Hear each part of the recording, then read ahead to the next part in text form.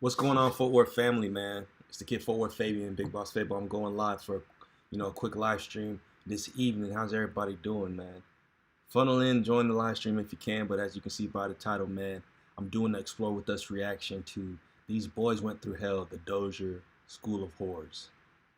We're covering the true horror story behind the Dozier School for Boys, man. So obviously, explore with us. Great content creator, great channel. Been doing a few reactions to their content because, I mean, just the way it's laid out, just the way it's presented, I'm more, it's more appealing to me. A lot of visuals, and they do a lot of research. Essentially, they get back, they actually hit the ground, and conduct interviews, etc., and get firsthand information. So be sure to like, comment, subscribe, hit the notification bell. Follow me on Instagram, Twitter at FortWorthFabian, man.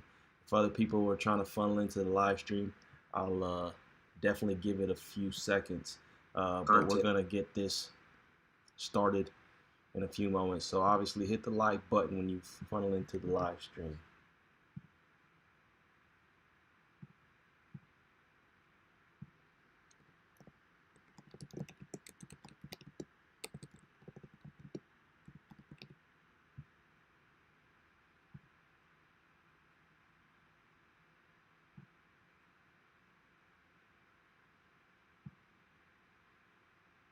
All right, let's hop right into it, man. I've been uploading a lot of videos and I ain't trying to stop. I'm trying to stay consistent, just drop a lot of content. And yeah, that's the plan.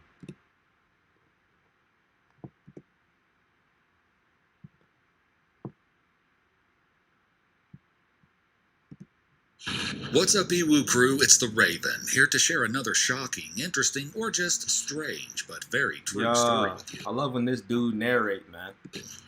Today we will be discussing a story that delves into the deepest, most depraved pits of humanity, showing just how twisted and deplorable things can get when adults in power have ill intentions towards the helpless children under their care. I will warn you now that the incidents shared in this video will be graphic and extremely disturbing. Before we dive into this sensitive subject matter, please keep in mind that the stories which will be presented today are allegations at this time. Now, let's get into it.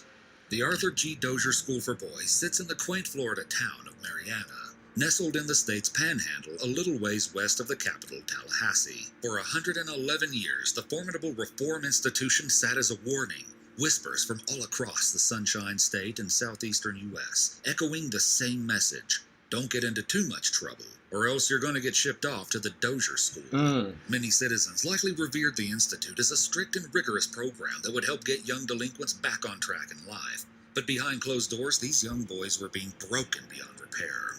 The YouTube channel Standard Stealth was actually able to explore parts of the rundown campus, and they were kind enough to let us use their footage throughout this video. So a big thank you to them, as these videos are extremely eerie and very eye-opening. As more horrific details continue to come out about this case, I feel that it would be an understatement to say that the acts purportedly committed at the Dozier School are some of the worst atrocities recorded in American history. Wow. I was lucky enough to speak with an actual victim who bravely shared his story of abuse, and is still fighting for justice to this day, and his first-hand perspective makes hearing about these events even more real and personal. Okay, my name is Charles Fudge. I was sent to the reform school at the age of 12. I'm one of 4 brothers that was sent there. 2 of my brothers was sent there in the 50s, and my brother George that has passed, he and I was there in 60 and 61. As today's video goes on, you'll be learning more of Charlie's story. Be warned, this is a dark one. New Year's Day of 1900 rang in the grand opening of the Florida State Reform School, which would later go through a few name changes before ultimately settling with its trademark Dozier title, in honor of a superintendent. But who exactly was in charge of this place? Originally conceived in 1897 under a legislative act, the school was first overseen by 5 specially appointed commissioners chosen by the governor. The stated purpose was reportedly to provide a place where young offenders against the laws of our state might be separated from older, more vicious associates. Well, if the goal was to keep vulnerable kids away from dangerous adults, you'll soon see that this was a failure of epic proportions. For a considerable time, the school was the largest juvenile reform institution in the United States. A sprawling open campus that encompassed 1,400 acres, the premises felt separated from the rest of society, its own little world, often the only world its students really got to see. Okay, when we first got there, we were taken up to the Florida School for Boys by a deputy sheriff from Bradenton, Florida. We got there early in the morning before the administration office had opened to check us in, and the place was absolutely beautiful. We thought that it was going to be a wonderful place to be at. One of the saddest things about this situation is that it seems like so many boys with nowhere else to turn may have really thought this place would offer some semblance of a home, or at the very least hoped it would give them some help. And you know, reform is a pretty broad term, and so I found myself wondering... Why do all these places look real ransacked? Like, obviously, this is the location where the school was, but it's like they still got bunk beds in there. Like, I don't know, it looked like, what's that one place called?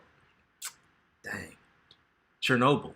You know what I'm saying? Like, this was a reform school. This was a juvie. Why did they vacate like that? What did these boys do to get sent here in the first place? Well, it turns out the criteria was pretty wide-ranging. As in, you could get sent to the school for theft and murder, or you could get shipped off merely for what they call incorrigibility, which seems to mean just being generally disobedient. Get caught playing hooky, smoking a cigarette, or running away from home, and you had a pretty good chance of being admitted to the institution. This was along the lines of what Charlie experienced. I would have been sent there. We were sent there for being incorrigible. We skipped school and smoked cigarettes. Came from a very poor family.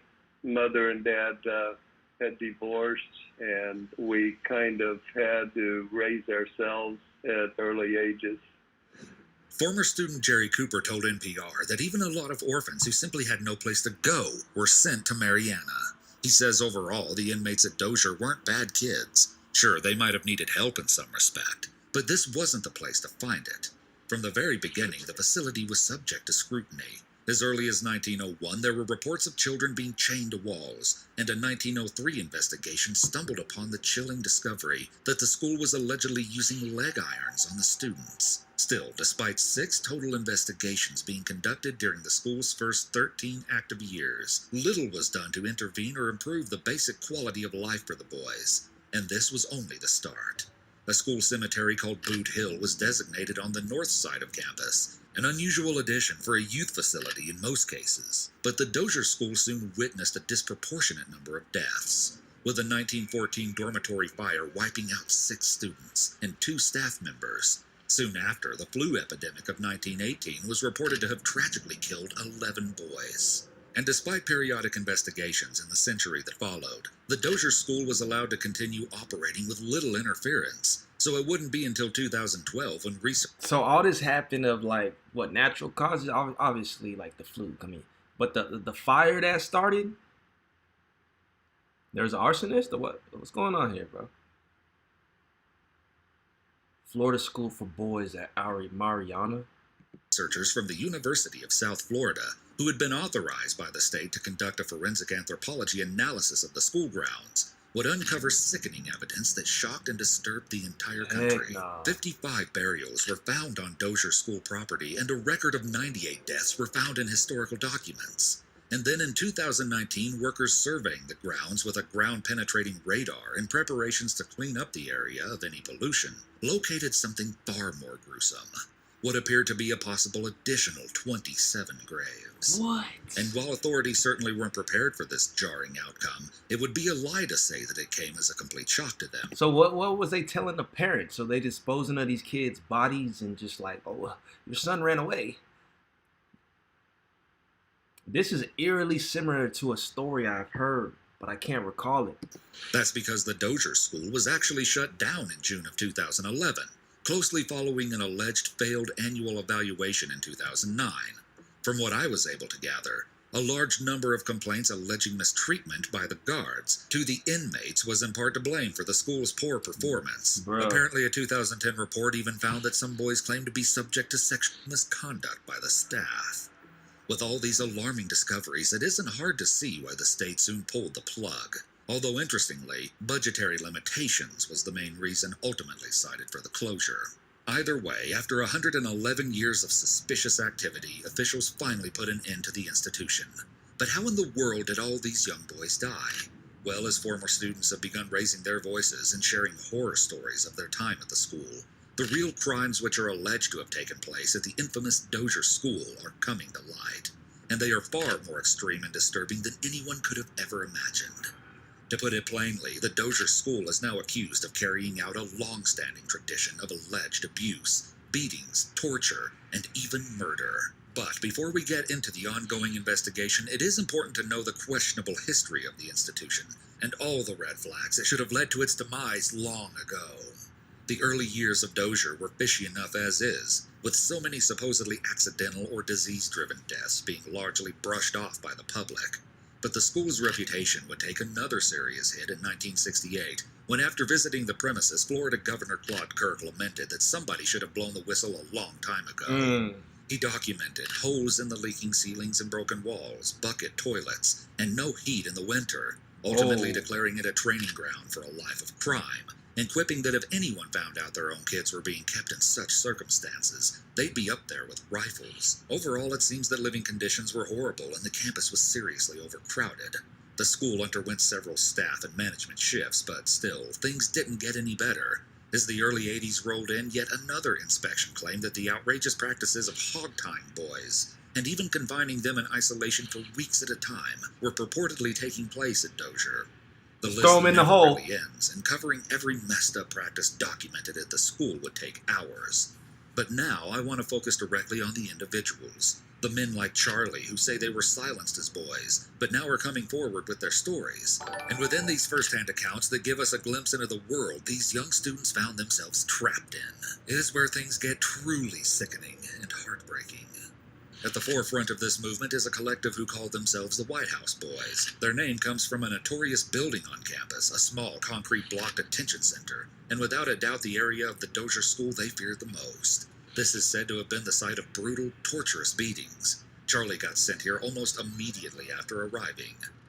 When you first admitted, you come in, they had grade schedules, and you come in as a rookie.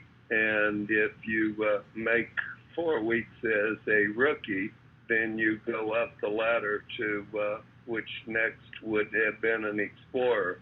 Well, I went in as a rookie, and the first day there, after getting my hair cut and getting my cottage assignment, that evening a boy asked me to watch out that an instructor didn't come by because he was polishing his boots with Vaseline. Guess that was illegal. And trying to take and make new friends, I said, I would watch for him. And then I saw this guy coming down the hall with a tie on, and I whispered over to the guy, "Here comes a one-armed SOB." And he reported that to the cottage father, which gave me a disciplinary. What? Bruh, don't you hate people like that? I mean, hate's a strong word. But it's like, bro, the kid told him to be a lookout. And when he was a lookout trying to be his friend, he snitched on him. Heck nah. Sound like he was kissing ass. He was brown nosing. Report and dropped me from rookie to a grub with a 0. When you're in the grub category, if you get a disciplinary report, you go down to the White House and get the most severe beating that anyone can endure. And the second day that I was there, I got into a fight with a boy named Robert Strasberg. And apparently he was in the grub category, and we were both taken to the White House and got the most severe beating of our lives. The one-armed gentleman is the one that gave Robert Strasberg 33 licks with the leather strap.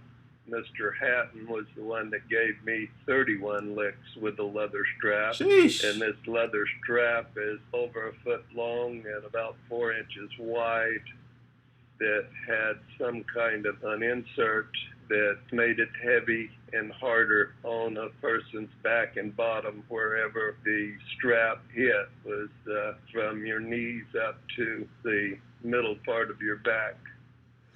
ABC reported that the disciplinary weapon of choice in the White House was alleged to be a leather strap lined with sheet metal. One former student, Alan Sexton, claims that there was blood on the walls, blood on the mattress he was on, blood on the pillow, saying it smelled to high heaven and that they turned on a great big industrial fan to keep people from passing by to hear the screams. This loud fan came up a lot in my research. It really stuck in the minds of the terrified kids.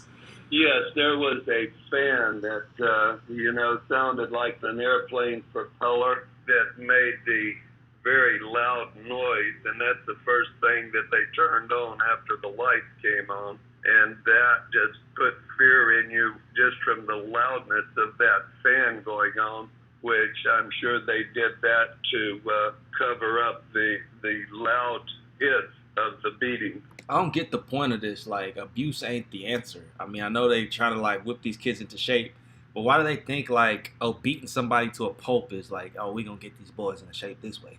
Like, bro, that's not how it works. You know what I'm saying? Like, especially as y'all as grown men taking these young gentlemen under your wings, you should teach them how to be men. You know, how to be men, like how to become a real man in life. Instead of beating them down and like instilling fear into somebody ain't necessarily the way to go, in my opinion. I asked Charlie if he thought these guards were just carrying out orders, or did they get some sort of sick enjoyment out of these beatings? No, I think they really enjoyed that.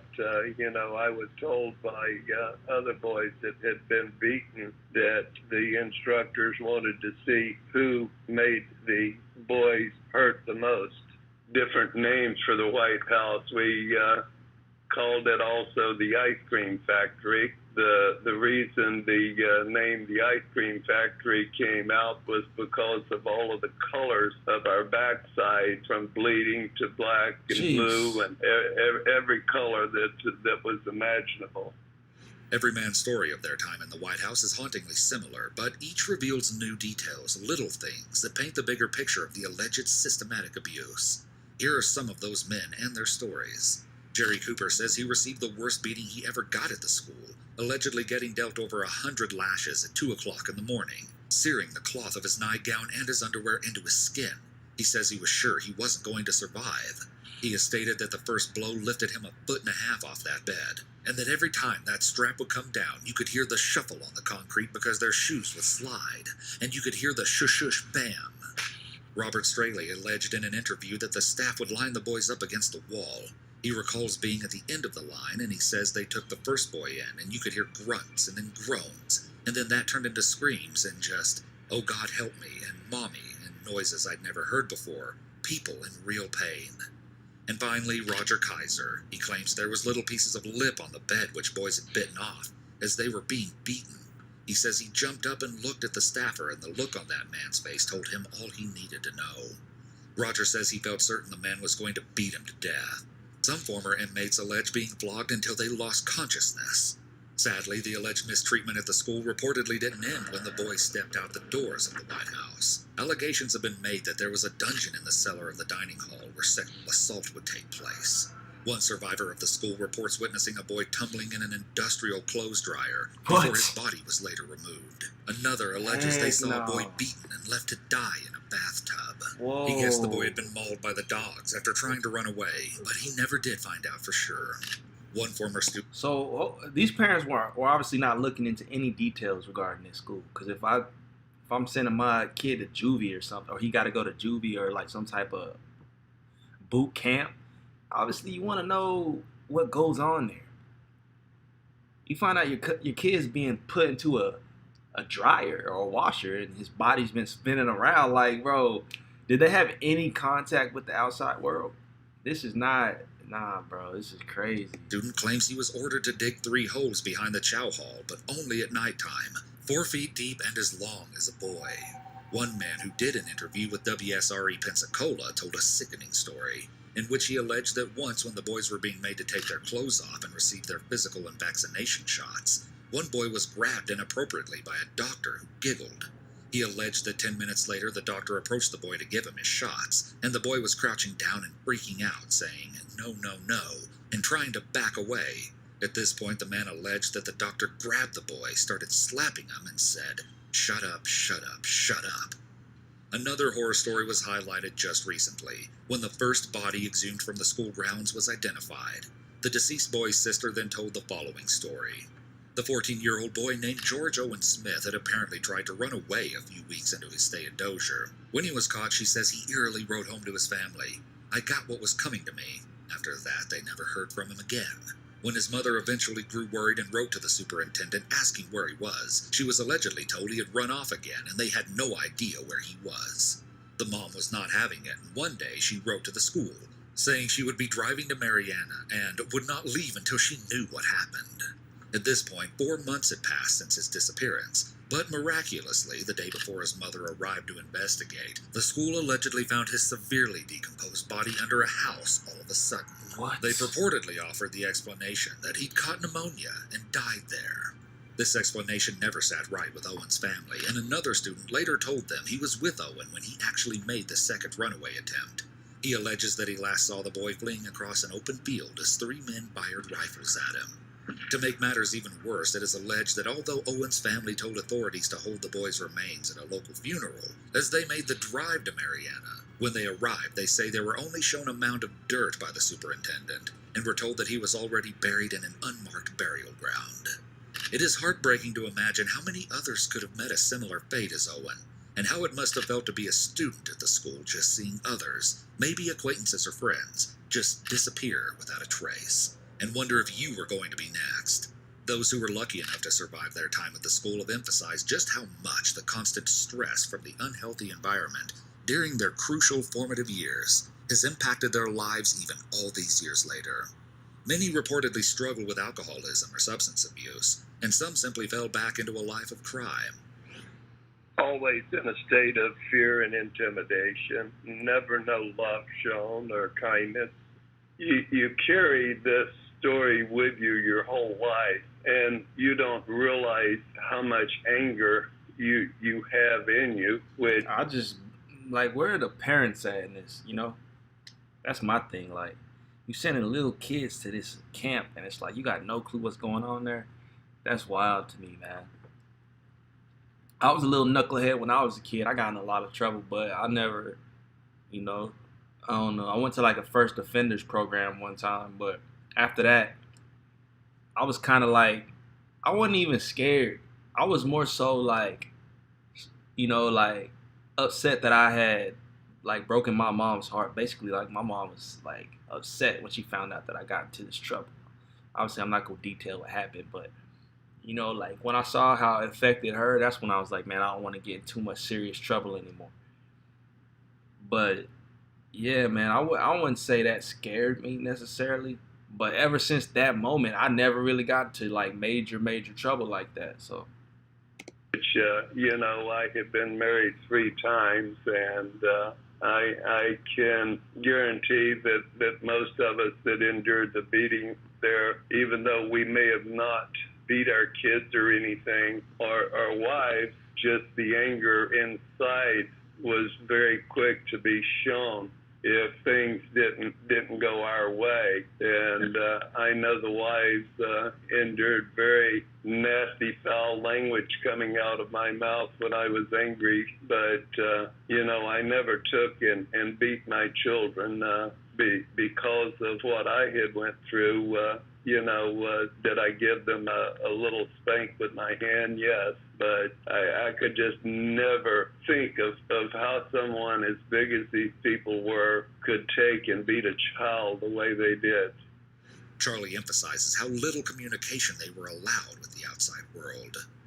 We were made to basically write a letter home. I don't remember if it was once a week or once a month. Letters going out and coming in were always censored, and if you didn't write things that were good about the facility, then they would take and make you rewrite the letters.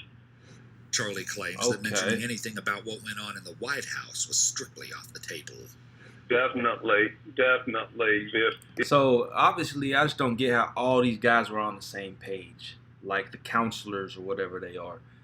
they all seem to be very angry, very mean, and like abusive to these boys. So like they all came to agreement to be this savage to these children. That's crazy to me. Even the doctor, the story of the doctor was like that.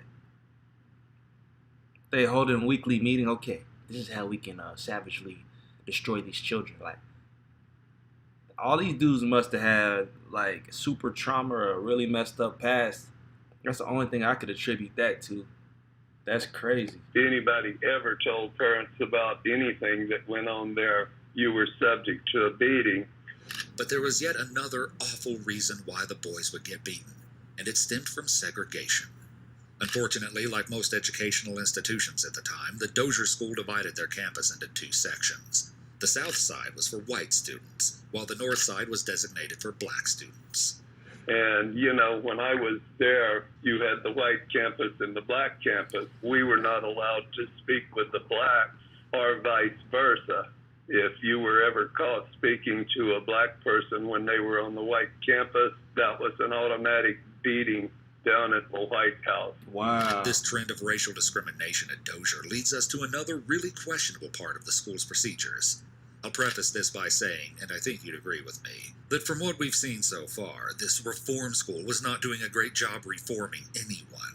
And as far as the school part, Charlie is just one of many who feel they learned no useful knowledge nor skills during their time on campus. It was just basically a detriment to our lives. No, they did not teach us anything other than to have fear of anyone and everyone. You know, we just felt that everybody was out to get us and against us. Which begs the question, what was the real purpose of the Dozier School? Well, many have proposed a singular reason that I wouldn't have initially thought of, but when you hear it, it sounds so obvious. Labor. You went to school one day and you worked for one day. You had various jobs. My brother George was on the field crew where they did all the planning and gathering of food that they sold and we also shared in.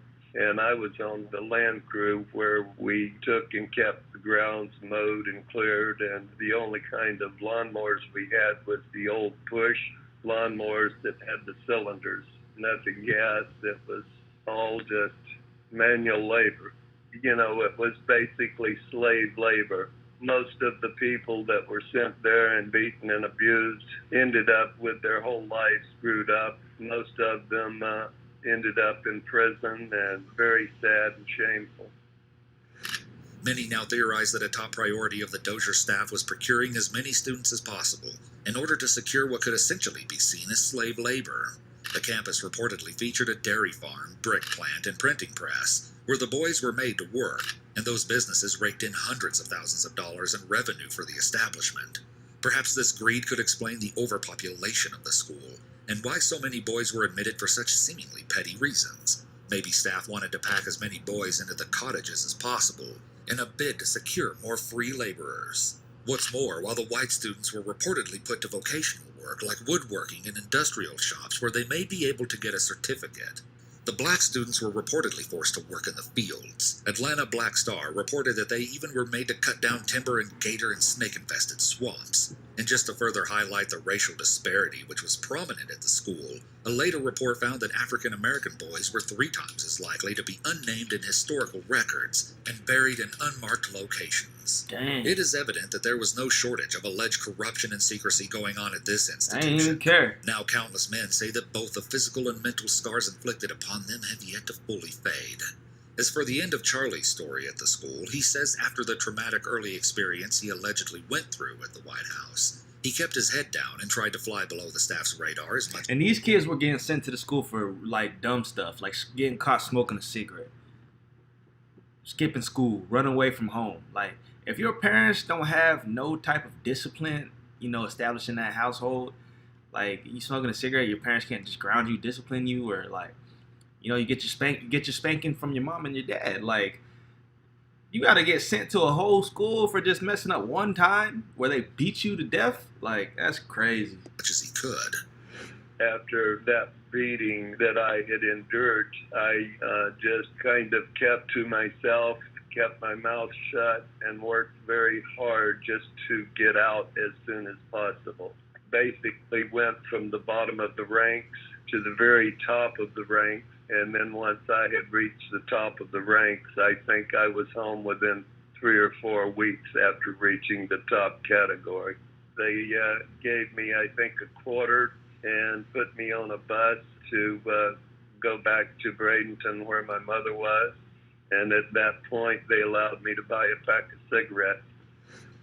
The once intimidating White House building is now a defunct storage unit, closed permanently in 1967, just 1 year before all corporal punishment was officially banned at the school.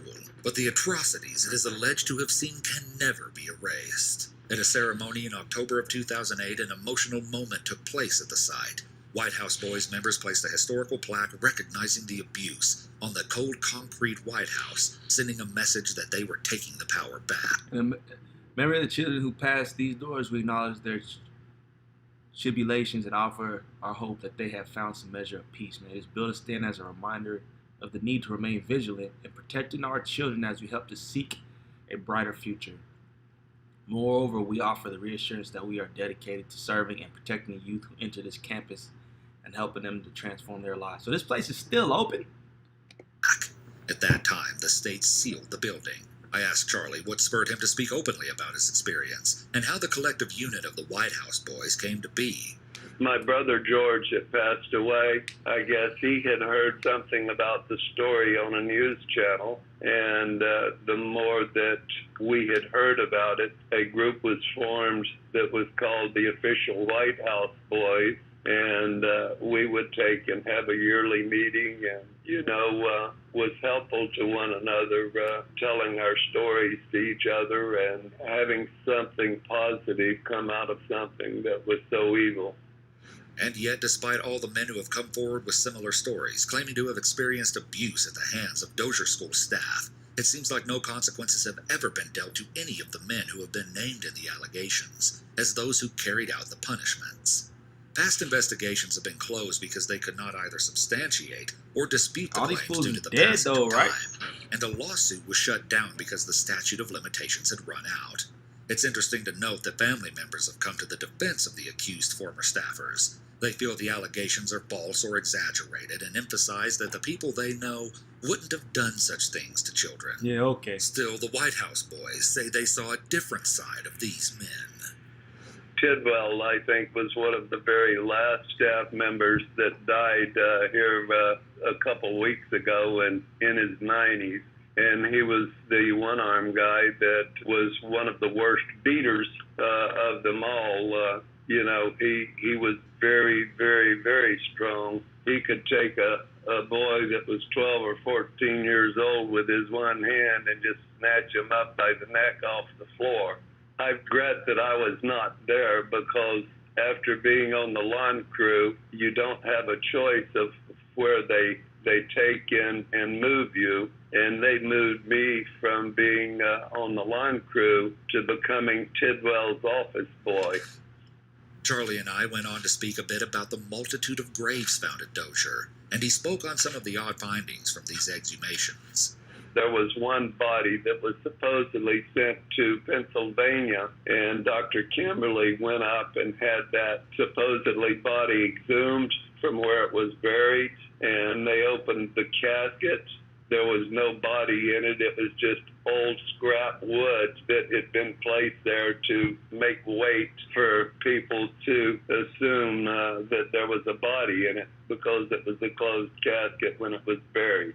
In another one of the graves, they also found a buckshot in one of the caskets of a young boy. Hearing this, I asked Charlie how he thinks most of these children died.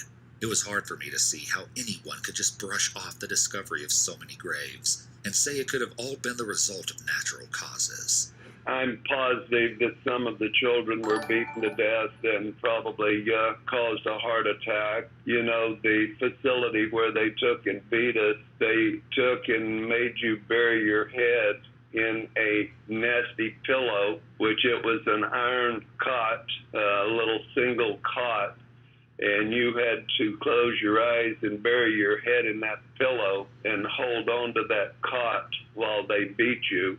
And if you turned loose of that cot, they would go to the kitchen and get the kitchen boys to come over and hold you down while they beat you. Nowadays, the campus is abandoned, its buildings breaking down as a result of hurricane damage and years of neglect. But despite all the investigations that have been performed on the grounds, Charlie still has questions that remain unanswered.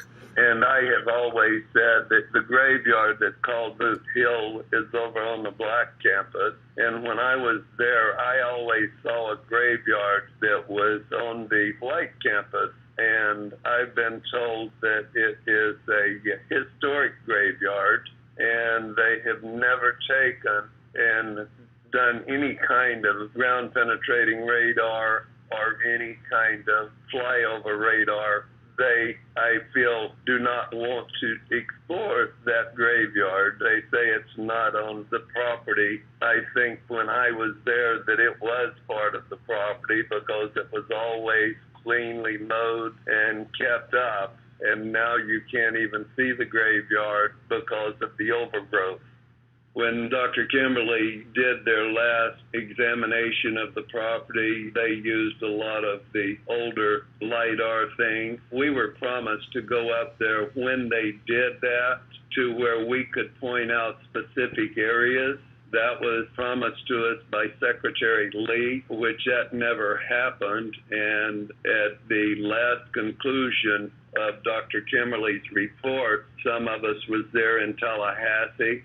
And I had told Secretary Lee she was there at that, and I had told her and anyone that was there that, you know, until I was there and actually seen all of the LiDAR that was supposed to have been done, that I would never take it for fact that the mission was completely done proper. I know there's boys still buried on that property somewhere in my heart. And from the cottage that I was in, I remember seeing that historic graveyard every day. And now, because of the growth, you cannot see it at all. I just know that there's boys that's buried in that cemetery. I don't care if they call it historic or whatever. You know, they found boys buried on top of boys over in the Booth Hill Cemetery. Heck no. And that property was so big back in 60 and 61, and there was no fences around it back then. They eventually put the fences up, I guess, when they started taking older kids in there. Boys buried on top of boys? That's a shallow grave, bruh. That means they weren't even burying. That's like you bury somebody 6 feet deep and then you bury the next body 3 feet or something. Like, that's ridiculous, bro. You know, anything that they can brush around or brush off. I want to fight these dudes. I want to beat them up. They're going to. They do not want to find any more bodies. And they have check-in sheets and sheets where people checked out. And there's like 180, I think, boys that showed was checked in but never checked out. Where are these boys at?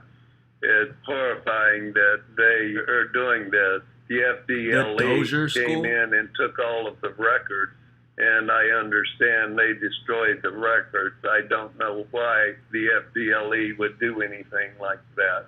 And, you know, there was Postmaster, Mr. Dixon.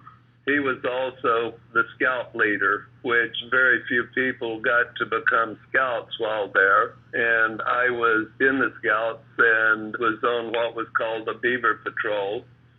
And we was going for an outing off campus. And they had this yellow dump truck that didn't have a gate across the back. It only had a chain. And as we were leaving to go off campus, someone apparently hit the lever in the front, and there was like 7 of us boys that was on the back of that dump truck, And as it was coming up, the boys started falling off and jumping up and grabbing their heads. And I was the last one to get dumped off because I had put my feet up on the chain to hold me onto the back of the truck. And as that kept coming up higher, that chain started coming up higher as well with my feet against it. And after I had seen all the other boys had fallen off and was able to get up, I went ahead and fell off too. And I got 7 stitches in my head. And there's a boy that was named, his name was Billy Furr, which we've tried to find that boy. He had 77 stitches in his head. And I don't know if he died, if he's buried there or what, but we've tried and looked and can't find that Billy Furr that was also in the scalp. But that was never, nobody has ever spoken about that at all. And that's amazing that our parents were not advised of that. But I'm sure they wanted to cover that up because of possible lawsuits for negligence. Today, the fight for justice continues as authorities are faced with the realization that what they thought they knew about the Dozier School was only the tip of the iceberg. You know, when I first started researching this case, I kind of assumed that the worst of the abuse had all occurred back in the mid-1900s. But according to EJI.org, the Justice Department released a report which asserted that even as late as 2011, Dozier inmates were being subjected to conditions that placed them at serious risk of avoidable harm and violation of their rights due to systemic, egregious, and Place was dangerous open practices. till 2011. I wonder what injustices these more recent students may have endured and how they are coping today as a result.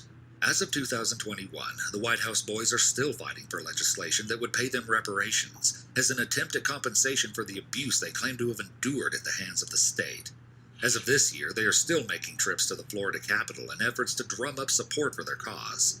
Pastor Johnny Lee Gaddy, who attended the school from 1967 to 1971, told reporters at one of these events his dream if they are successful, saying that all he wants is to get a boat and a truck so he can go fishing.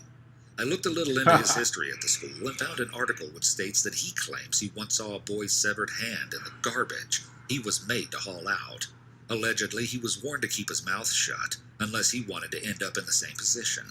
With so many traumatic allegations like these, I really hope that these men receive the closure they deserve. The bill the men are fighting for passed its first committee with only one no vote. Senator George Gaynor, who grew up near Dozier, has stated that he simply does not believe that 500 people were mistreated at the school.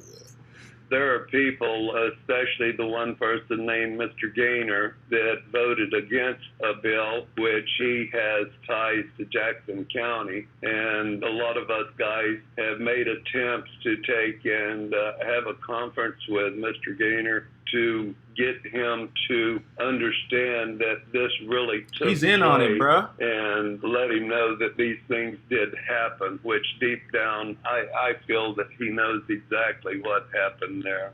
The state could definitely make reparations to us old guys. I try to live off of a $975 a month Social Security check, and believe me, that doesn't take care of all of the needs that I have. And I cannot believe that there's not something that the state of Florida couldn't do to make things right for us people that are still living.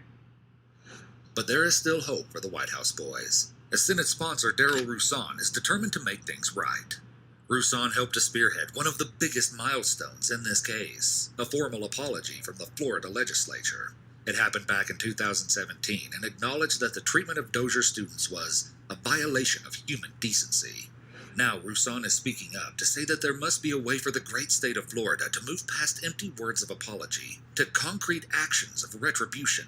He feels that the discovery of so many graves can't be rejected, that the bones are screaming out for justice. As we were finishing up our call, I asked Charlie if there was a petition people could sign, or a fundraiser that could somehow help the White House boys in their continuing battle. We've never asked for a fundraiser. We've all, when we've had a meeting of everyone, tried to all chip in to fund that. We would love for the state to, so many of us have died. I'll be 74 in October. I honestly think the state's waiting till we're all dead before making some kind of reparations. And, you know, I know how bad I was beaten when I was there, and I can only imagine the abuse that the black boys had to endure as well. Although the White House boys don't ask for much, one spokesperson I chatted with did say that writing to officials like the governor, Speaker of the House, or President of the Senate to ask for justice for the former students of Dozier would be a way to help the cause. One thing is for sure, these men will never give up the fight. Long-standing member and current White House Boys President Jerry Cooper once said, "I want it out there what happened to us. Don't feel sorry for us. Feel proud that we brought it out into the open." Word. That's crazy. That's an Explore With Us reaction to these boys went through hell. The Dozier School of Horrors. I never heard of the Dozier School before, man. But I think they have a lot of stories that resonate with it, you know? So, hey, man, let me know y'all's thoughts on that one in the comment section below, man. Shout out to Victor for the super chat. We got Captain Jess in the chat. What's going on? Yeah, man, that's a crazy story. I don't know. I don't know about that one. That one had dropped on the Explore With This channel the other day, and I had seen it, and I'm like, let me check this out. When it had popped on my timeline again today. It's crazy, man. But these stories on this channel are so in depth. A lot of these are crazy stories. Heck nah, bro. What's up in the chat though? We got 3 people in the live stream. We've been live for 46 minutes, man. How many likes do we got at the moment on this video? We got 8 likes, man. If you haven't hit the like button, do me a favor, hit the like button. Let's get to 10 likes. So there's more stories on here. Somebody comment if y'all down for me to check out another Explore With This video. Somebody say something in the chat. If not, I'm gonna end the live stream.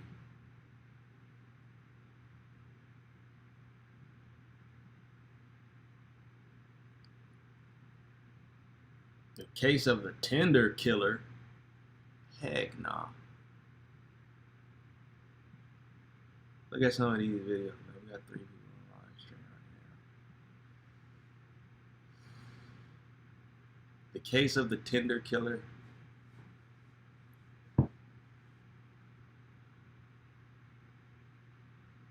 Case with the most insane twist you ever heard of.